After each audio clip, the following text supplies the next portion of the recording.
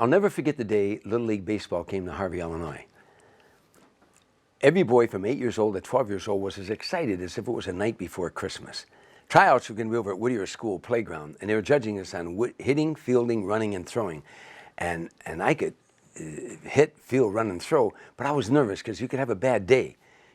Also, I was nervous because I had to meet my older brother Glenn afterward to shine shoes in all the taverns in the bar. My older brother Glenn in those days had two passions. One was shining shoes to help get money to feed my brothers and sisters, and the other was whipping my ass when I was late for shining shoes. But I didn't mind doing that. I really didn't mind, because some nights when we shined shoes, if we had a special night, not always, it happened maybe once every 2 months where we made a lot of money. On those nights, we could go to the day-old bakery, and we could get these chocolate-covered eclairs, and for like 5 cents a piece. But that didn't happen that often, only on special nights. But when we brought those chocolate-covered eclairs back to the shack that we lived in, my brothers and sisters looked at my brother and I like we were Babe Ruth and Mickey Mantle. But anyhow, back to the tryouts. I hit good, I feel good, I threw good, and I ran good. And at the end of it all, they said the boys that were going to be on the team, and they mentioned my name. And I was so excited. But then he said something, Mr. Turnbull was the guy, and he said something that made my heart sink. He said, we're going to have $20, and that was partly for insurance. And then also I needed to have a glove. I borrowed a guy's glove, and we'd had to have shoes, spikes, and the uniforms we got for free. But I wandered away from the conversation because I knew there was no way I could come up with $20. So I met my brother Glenn, and we went out in the neighborhood to shine shoes. And the first bar we went into was Sparrow's Tavern. Sparrow's was a long tavern in those days where they had a golden rail on the bottom. My brother started on one end of the bar, and I started on the other, asking people for a shine. We charged 15 cents a shine and sometimes got a quarter. Two guys turned me down. The third guy, big red-faced drunk, turned around and looked at me. He said, yeah, I want to shine, boy. You're down right, I want to shine. And I'm going to give you $2. And he held up two $1 bills. I went, whoa, yeah. Are you kidding me? Yes, sir. And I got down and he said, hold on, boy. I ain't going to give you this $2 just for shining my shoes. You got to sing Chattanooga Shoe Shine, boy, when you shine my shoes. Well, I knew the song. It was on every jukebox and every bar.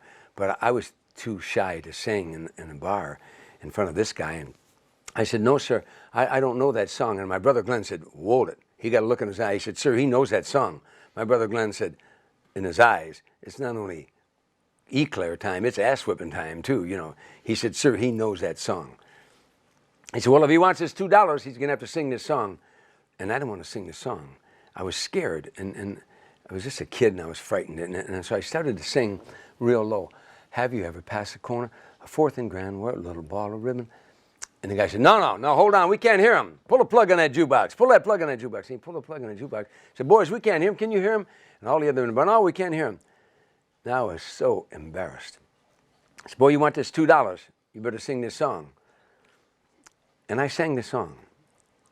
And I really sang it with all the rage I could conjure up in my body. Have you ever passed the corner of 4th and Grand where a little ball of ribbon has a shoe shine stand? People gather round and they clap their hands. He's a great big bundle of joy. He pops a boogie woogie rag and I pop that rag. Pow, pow, pow. Chattanooga shoe shine, boy. When I got up, I finished the song, I got up, I want my $2. And the guy started applauding. And pretty soon the whole bar was applauding. And all of a sudden he didn't look like a big fat red-faced drunk. He looked like Santa Claus to me. To this day, whenever I see a little boy with holes in his shoes and raggedy clothes peeking through a fence, watching other little boys play baseball in their shiny new uniforms, I know just how he feels. And to this day, whenever I see somebody on stage getting applause and cheers for their performance, I know just how they feel too. Have you ever passed the corner of 4th and Grand where a little ball of ribbon has a shoe shine stand?